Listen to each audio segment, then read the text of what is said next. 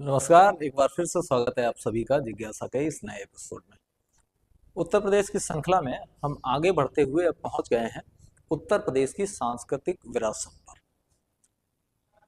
यह ऐसा चैप्टर है जहां से अगर उत्तर प्रदेश स्पेशल प्रश्नों की बात करें तो बहुत बड़ी संख्या में यहां से प्रश्न बनते हैं। चित्रकला, स्थापत्य कला, संगीत, नृत्य, गायन, वादन, साहित्य, जितनी भी ललित कलाएं हैं उन सभी ललित कलाओं से संबंधित जो भी फैक्ट्स हैं वो इसी चैप्टर से है। ये चैप्टर 2 से 3 भागों में रहेगा, क्योंकि कितनी भी जल्दी अगर इसे कवर करने का प्रयास किया जाएगा तो ये हो नहीं पाएगा। लेकिन यहाँ से प्रश्न बहुत बनते हैं, तो शुरुआत में ही आपसे ये कह देना चाहूंगा कि इसके प्रॉपरली नोट्स आप बनाइए और इस वीडियो को जितना अधिक गौर से हो सकता है उतने गौर से सुन और समझ लीजिए, क्योंकि जब फैक्ट्स की बात आती है तो चीजें रखना थोड़ा मुश्किल हो जाता है, और जब कहानियों की बात आती है तो कहानियां याद रखना थोड़ा आसान हो जाता है।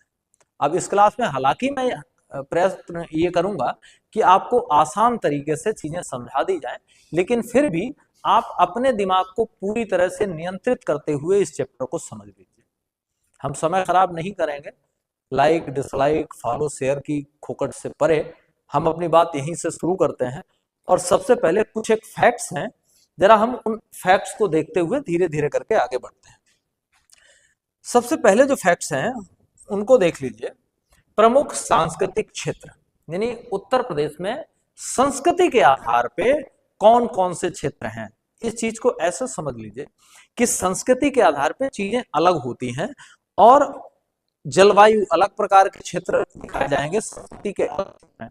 तो उत्तर प्रदेश में जो संस्कृति के क्षेत्र है उनमें प्रमुख एक क्षेत्र ब्रज का है, एक अवध का है, एक भोजपुरी वाला क्षेत्र है बिहार के बॉर्डर वाला, बिहार के आसपास बुंदेलखंड क्षेत्र है और रुहेलखंड क्षेत्र है। ऐसे करके ये कुछ क्षेत्र है। प्रदेश में पहली बार संस्कृति विभाग की स्थापना 1957 में हुई थी और क्षेत्रीय सांस्कृतिक केंद्रों की स्थापना 1996 में हुई थी। दो फैक्ट्स है, यानी प्रदेश में पहली बार संस्कृति विभाग की स्थापना की बात करें तो वो हुई थी 1957 में, और प्रत्येक क्षेत्र में अलग अलग क्षेत्रीय सांस्कृतिक कार्यालयों की स्थापना 1996 में हुई थी। ये भी परीक्षा दृष्टिकोण से उतना महत्वपूर्ण है नहीं, लेकिन जैसे ही हम प्रदेश के उन संस्थानों की बात करते हैं जिनके ऊपर प्रदेश की संस्कृति को बचाए रखने, उसका संरक्षण करने या फिर उन्हें और ज्यादा डेवलप करने की जिम्मेदारी आती है, तो ऐसे कुछ संस्थान हैं, उनके बारे में हमें पर्याप्त जानकारी होना जरूरी है। पहला और सबसे महत्वपूर्ण संस्थान जो प्रदेश में है उसका नाम है भातखंडे संगीत संस्थान। ठीक है, पंडित विष्णु नारायण भातखंडे के प्रयासों से 1926 में लखनऊ में इसकी स्थापना हुई थी। और ये समझिए कि ये जो संस्थान है, आज की बात नहीं कर रहा, जब इसकी स्थापना हुई तो वो एक व्यक्ति के प्रयासों से हुई। मतलब अगर सही से देखें तो एक ऐसा व्यक्ति जो संगीत के प्रति समर्पित था, उसने अपनी पूंजी से इस संस्थान की स्थापना की थी। और ये स्थापना स्वतंत्रता पूर्व हो गई थी और कहां हुई थी? लखनऊ में हुई थी। ठीक है, किसने की थी? पंडित विष्णु नारायण भातखंडे ने। और 1926 में स्थापना उन्होंने की लखनऊ में। 1966 में इसे संस्कृति विभाग ने अपने नियंत्रण में ले लिया। और गवर्नमेंट की अंडरटेकिंग में कब आया? गवर्नमेंट की अंडरटेकिंग में आया 1966 में, और इसे संस्कृति विभाग ने अपने अंडर में ले लिया। फिर एक बड़ा बदलाव देखने को मिला कब? 2000 में। सन 2000 में इसे डीम्ड विश्वविद्यालय का दर्जा भी दे दिया गया। यानी अभी भातखंडे संगीत संस्थान, और कहां है भातखंडे संगीत संस्थान? लखनऊ। भातखंडे संगीत संस्थान लखनऊ जो है वो किस रूप में है? एक डीम्ड यूनिवर्सिटी के रूप में है, डीम्ड विश्वविद्यालय के रूप में है। और संगीत शिक्षा के क्षेत्र में यह अपने प्रकार का पहला विश्वविद्यालय है। और एजुकेशन किस फील्ड में देता है? म्यूजिक के फील्ड में। ठीक है, म्यूजिक के फील्ड में ये एजुकेशन देता है। संस्थान द्वारा संगीत की चारों विधाएं, कौन कौन सी चार विधाएं संगीत की होती हैं? गायन, तालवाद्य, स्वरवाद्य और नृत्य। इनसे स्नातक से लेकर के डॉक्टरेट तक करवाया जाता है।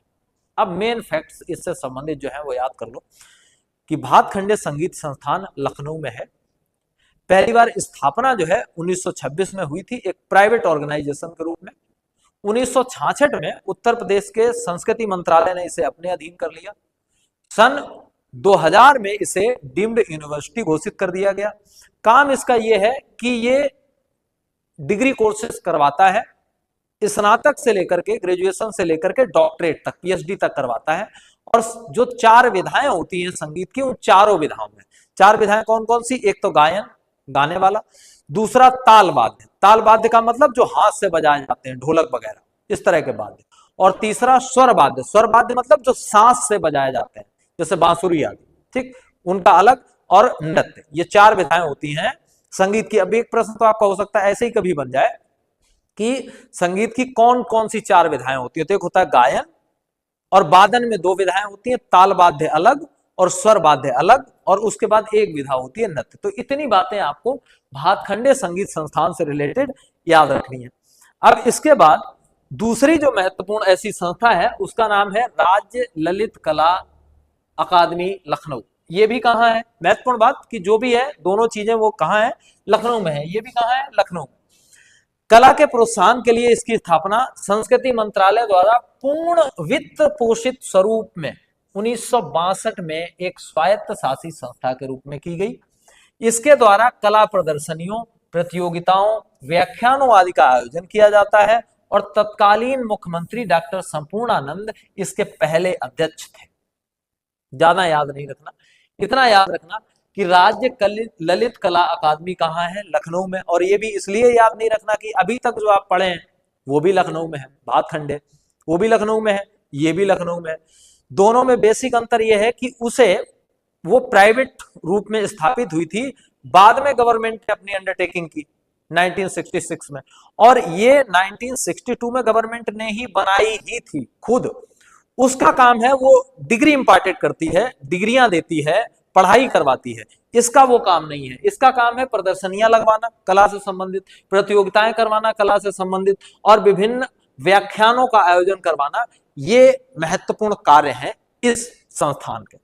इसके अलावा एक और बड़ा नाम आ जाता है और वो बहुत महत्वपूर्ण है, भारतेंदु नाटक अकादमी, और ये भी कहाँ है? लखनऊ में। इसकी स्थापना हिंदी भाषी प्रांतों के प्रतिभावान बच्चों के लिए 1975 में की गई थी।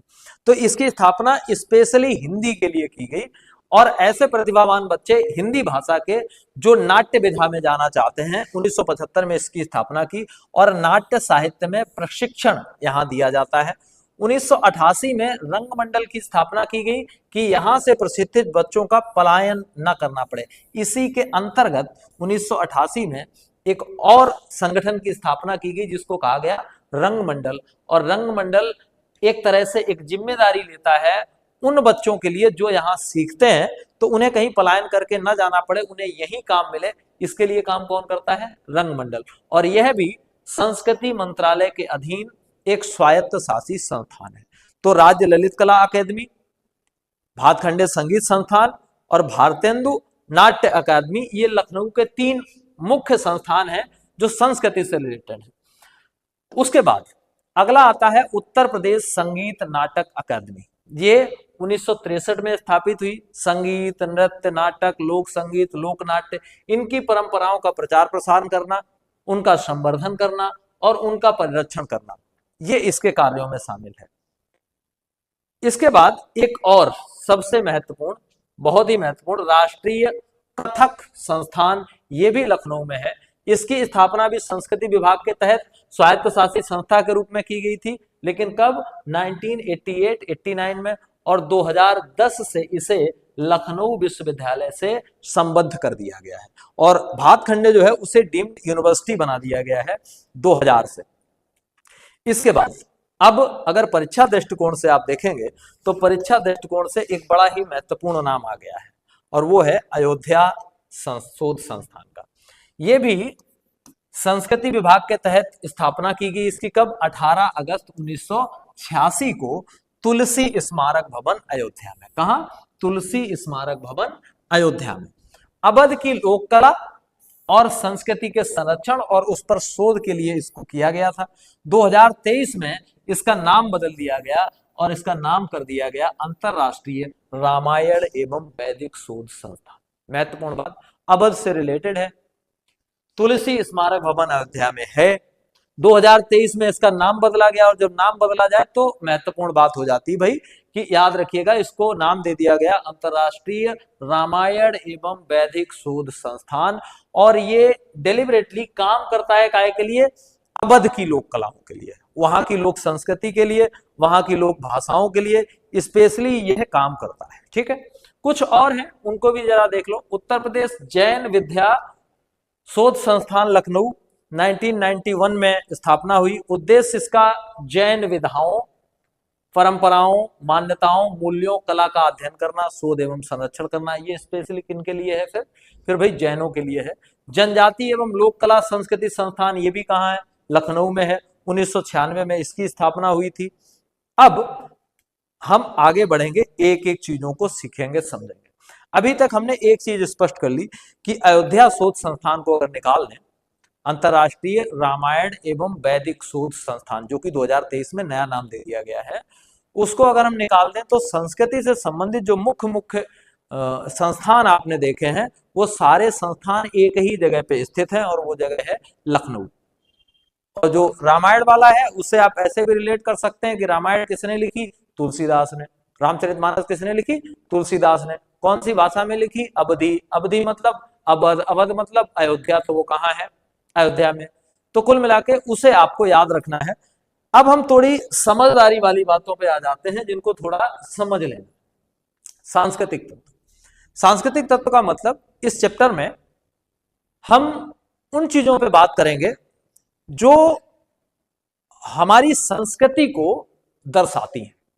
यानी उत्तर प्रदेश को जब बाहर सांस्कृतिक आधार पे देखा जाता है तो कौन कौन सी चीजें उन लोगों के दिमाग में आती हैं। जब कोई व्यक्ति उत्तर प्रदेश आना चाहता है तो दरअसल वो यहाँ क्या देखना चाहता है, यहाँ क्या समझना चाहता है। तो वो सारी चीजें, अगर संस्कृति की बात करेंगे तो उन सारी चीजों का अध्ययन हम इस चैप्टर में करने वाले हैं।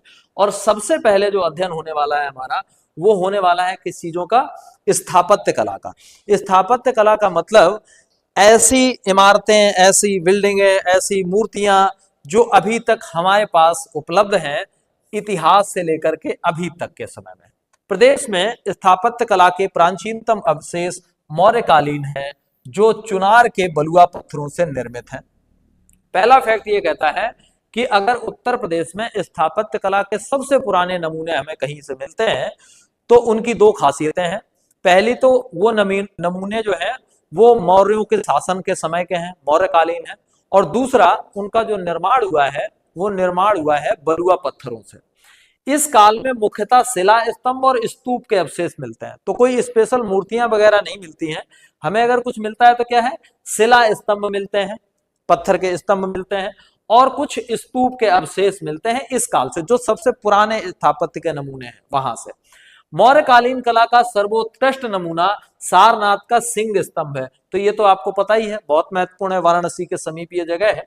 तो सारनाथ का जो सिंह स्तंभ है, वहीं अशोक की लाट आप जिसको बोलते हैं, अशोक स्तंभ बोलते हैं, तो वो बड़ा महत्वपूर्ण है, सबसे महत्वपूर्ण। मथुरा के परखम और बोरदा आदि स्थानों पर मिलने वाली यक्षों और यक्षिणियों की विशाल प्रतिमाएं अशोक के काल की हैं। ये आपका अच्छा प्रश्न, यक्ष और यक्षिणी की प्रतिमाएं कहां से मिली हैं, इतना आपके लिए महत्वपूर्ण प्रश्न है। हालांकि उसमें लिखा तो बहुत कुछ है, लेकिन आपके लिए जो ज्यादा महत्वपूर्ण है वो ये है कि यक्ष और यक्षिणियों की मूर्तियां कहां से प्राप्त की गई हैं। तो तब आपका उत्तर हो जाएगा क्या? मथुरा। ठीक है। फिर है मथुरा कला शैली कुषाण काल में अपने चरम पे थी। ये याद रखें कि कुषाणों के समय में मथुरा कला सबसे समृद्धि वाले स्तर पे थी। ये बहुत महत्वपूर्ण बात है। अगला देखिए, मंदिर निर्माण कला का विकास गुप्त काल में हुआ। याद रखिएगा, बड़ा जरूरी है। इससे पहले मंदिरों का निर्माण आपको नहीं मिलता। आपको मंदिरों का निर्माण कहां से मिलना शुरू हुआ? गुप्त काल से। पत्थर निर्मित मंदिर कहां? देवगढ़, ललितपुर। और ईंट निर्मित मंदिर भितरगांव, कानपुर। ये सबसे पुराने मंदिरों के नमूने अगर उत्तर प्रदेश में कोई है तो ये दो हैं। देवगढ़ ललितपुर में वो पत्थर से निर्मित मंदिर है, और भितरगांव कानपुर में ये ईंट से निर्मित मंदिर है। ककैया ईंट जिसको बोली जाती है, पतली वाली ईंट, उससे निर्मित।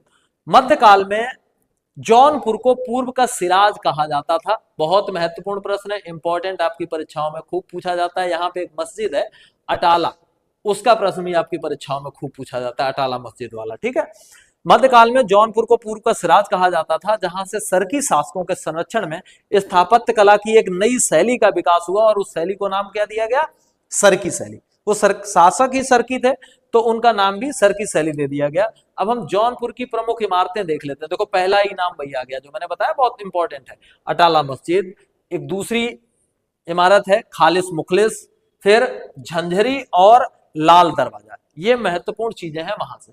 बाबर ने अयोध्या और संभल की मस्जिदें बनवाई, हालांकि उस पर तो इतना व्यवस्थित चीजें हो चुकी हैं, उनको भी समझ लें। ताजमहल में जो संगमरमर लगा है वो कौन सा है? कभी कभी हो सकता है ऐसा डीप प्रश्न आपका बन जाए, वो मकराना संगमरमर है। बाकी मैंने ताजमहल के बारे में ज्यादा बातें इसलिए नहीं लिखी कि ताजमहल के बारे में आपको पर्याप्त जानकारी है। मैंने यहाँ उन फैक्ट्स को निकाल के लिखने का प्रयास किया है जो जनरली आपको नॉर्मल स्टडी के दौरान आपको नहीं मिलते। ताजमहल और लाल किले के बारे में क्या बताना, वो आप जब भी हिस्ट्री पढ़ते हैं या कुछ भी पढ़ते हैं उनके बारे में तो जानकारी मिल ही जाती है, इसलिए मैंने उनके बारे में बहुत ज्यादा यहाँ नहीं लिखा। आगरा में नूरजहां के पिता के मकबरे अर्थात एतमाद-दौला के मकबरे में पित्युद्रा शैली का प्रयोग हुआ, और ताजमहल से पूर्व इस शैली का प्रयोग इसी जगह पे हुआ था। ये आपका महत्वपूर्ण फैक्ट बन सकता है। या ये कहें कि ताजमहल को बनाने से पहले उसका अगर रिहर्सल कहीं किया गया था, ताजमहल के बनाने का रिहर्सल, तो रिहर्सल कहां किया गया था? एतमाद-दौला के मकबरे में। सफेद संगमरमर का उपयोग और पित्युद्रा शैली का उपयोग, ये दोनों काम एतमाद-दौला के मकबरे में किए गए, और उसके बाद बनकर के तैयार हुआ ताजमहल। प्रदेश की आधुनिक कला काल की स्थापत्य कला में अवध के नवाबों और अंग्रेजों का महत्वपूर्ण योगदान रहा है। आसफुद्दौला द्वारा बनवाया गया बड़ा इमामबाड़ा की मेहराबदार हाल लखनऊ कला का विशिष्ट नमूना है। तो ये आपका एक प्रश्न बन सकता है कि जो बड़ा इमामबाड़ा है उसका निर्माण करता कौन? आसफुद्दौला। उसके बाद स्थापत्य की बात यहाँ पे मैं इसलिए ज्यादा नहीं करूंगा कि आपका जो हिस्ट्री वाला पोर्शन है वहां स्थापत्य कला की पर्याप्त बातचीत हो जाती है, तो यहाँ पे बहुत ज्यादा बात करने की जरूरत नहीं। जो खास खास बातें मुझे लगी कि छूट जाती हैं या इतनी कर लेनी चाहिए, इतनी बातें उतनी मैंने कर ली। अब एक आध प्रश्न आपका हो सकता है कभी एग्जामिनर के मूड में आ जाए कि इसकी तो बातें बहुत ज्यादा होती रहती है, कभी चित्रकला की बात नहीं हुई, तो आइए हम ऐसा करते हैं कि भाई चलो चित्रकला से ही प्रश्न पूछ लेते हैं। तो देख लीजिए चित्रकला और मूर्तिकला की स्थिति उत्तर प्रदेश में क्या है, जरा उसको भी देख लें। प्रदेश में चित्रकारी के प्राचीनतम नमूने, बड़ा अच्छा प्रश्न ये हो सकता है कि भाई सबसे पहले नमूने, सबसे पुराने चित्रकारी के नमूने प्रदेश में कहां से मिलते हैं? तो वो मिलते हैं मिर्जापुर के लखनियादरी और सोनभद्र के मानिकपुर की गुफाओं से। वहां जो शैल चित्र है, भित्ति चित्र है, वो सबसे पुराने नमूने हैं प्रदेश की चित्रकारी कला के, सबसे पुराने नमूने वो है।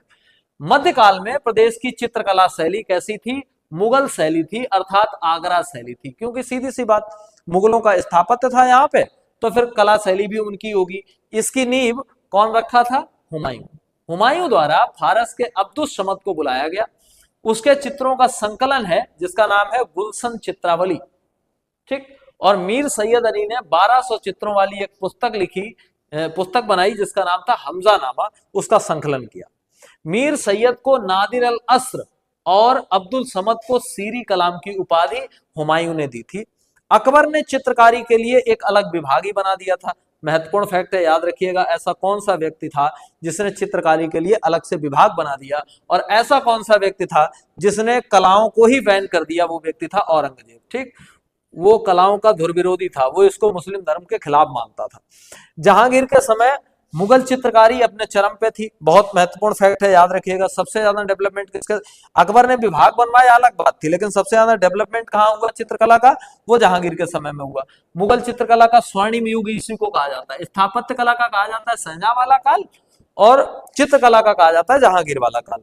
जहांगीर ने आकी रजा के नेतृत्व में एक चित्रशाला भी बनवाई थी, यानी बहुत काम किया उसने चित्रों पे, एक चित्रशाला भी उसने बनवाई। आगे देखिए, जहांगीर के बाद चित्रकला का बुरा दौर शुरू हो गया। क्यों? क्योंकि मैं अभी बता चुका हूं, औरंगजेब तो इसके खिलाफ था। औरंगजेब के काल में चित्रकारों ने काशी नरेश ईश्वरी प्रसाद के यहाँ संरक्षण प्राप्त किया।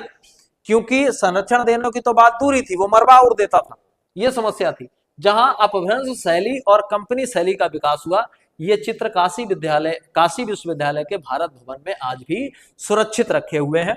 मथुरा के आसपास मथुरा कला शैली का विकास हुआ, जिसका संबंध जैन कला से था। 1911 में लखनऊ में कला एवं शिल्प महाविद्यालय की स्थापना हुई। 1920 में वाराणसी में भारतीय कला परिषद की स्थापना हुई। 1950 में काशी विश्वविद्यालय में भारत भवन की स्थापना हुई। ये आपका महत्वपूर्ण प्रश्न हो सकता है, ठीक है। जो काशी विश्वविद्यालय है उसमें भारत भवन बनाया गया कब? 1950 में। टैगोर के शिष्य थे असित कुमार हलदार, लखनऊ के कला एवं शिल्प महाविद्यालय के प्रथम भारतीय प्राचार्य बने। उन्होंने चित्रकला की दो नई शैलियां, बास और टेम्पा, इनकी शुरुआत की। हरिहर लाल मेड़ ने मेघदूतम श्रृंखला के चित्र बनाए। महत्वपूर्ण बात है, मेघदूतम श्रृंखला के चित्र किसके द्वारा बनाए गए? मेघदूतम जो है वो कालिदास का एक नाटक है, और इस श्रृंखला के जो चित्र हैं वो हरिहर लाल मेढ़ ने बनाए। मेढ़ और मेघदूतम ऐसे करके आप याद रखेंगे तो पर्याप्त है। अब कुछ वन लाइनर्स हैं जहां से आपके चित्रों से संबंधित प्रश्न पूछे जा सकते हैं। सर्वाधिक अंतरराष्ट्रीय चित्र प्रदर्शनियां आयोजित करने का रिकॉर्ड मेरठ के निवासी एक चित्रकार हैं, उनका नाम है चमन सिंह चमन, उन्होंने की है। विधानसभा के जो भित्ति चित्रकार हैं वो है जगन्नाथ मुरलीधर अहिवासी, इन्होंने अपनी जो लखनऊ में विधानसभा है उसके भित्ति चित्र बनाए हैं। प्रमुख चित्रकार और उनके चित्र: शिवनंदन नौटियाल सत्यम शिवम सुंदरम वाला चित्र, भवानी चरण गुई रामलीला का चित्र, रणवीर सक्सेना बुद्ध के गृह त्याग का चित्र, विश्वनाथ मेहता प्यासा ऊंट का चित्र, अमृता शेरगिल इंपॉर्टेंट है उपेक्षित महिला का चित्र, उपेक्षित महिला का चित्र अमृता शेरगिल, ये महत्वपूर्ण है, याद रखिएगा। रणवीर सिंह बिष्ट गांव की सुबह बाजार नल पर भीड़, रामचंद्र शुक्ल पश्चाताप प्रतिशोध पराजय की पीड़ा, ये कुछ महत्वपूर्ण चित्र हैं। ये जो मैंने बता दिया ये थोड़ा आपके लिए महत्वपूर्ण चित्र है। अब इसके बाद अगला जो टॉपिक है आपका वह है शास्त्रीय संगीत कला, यानी गायन का, और उसके बाद फिर वादन का। तो इन पे हम अगले किसी वीडियो में बात करेंगे, क्योंकि ये श्रृंखला थोड़ी लंबी चलेगी। बहुत जल्दी और बहुत सारा नहीं सीखना है। अगर आप 20 मिनट इतना समय रोज 20, 25, 30 मिनट का समय हमें रोज देते रहेंगे और ये वीडियोस देखते रहेंगे, तो मैं निश्चित तौर पे ये कह सकता हूं कि उत्तर प्रदेश से संबंधित जीएस के जो भी प्रश्न, जीके के जो भी प्रश्न आपको पूछे जाएंगे, निश्चित तौर पे इन क्लासेस से वो प्रश्न कवर हो जाएंगे। अभी भले ही आप इन क्लासेस को हल्के में ले लें, लेकिन परीक्षा होने के बाद एक बार उन प्रश्नों को मिला के देख लेना कि इन क्लासेस से मिलते हैं या नहीं मिलते हैं, तब आपको समझ आएगा इनका इंपॉर्टेंस। जिन लोगों को अभी समझ आ जाएगा उनके लिए बेहतर स्थिति है। तो मिलेंगे अगले एक और वीडियो में, तब तक के लिए नमस्कार।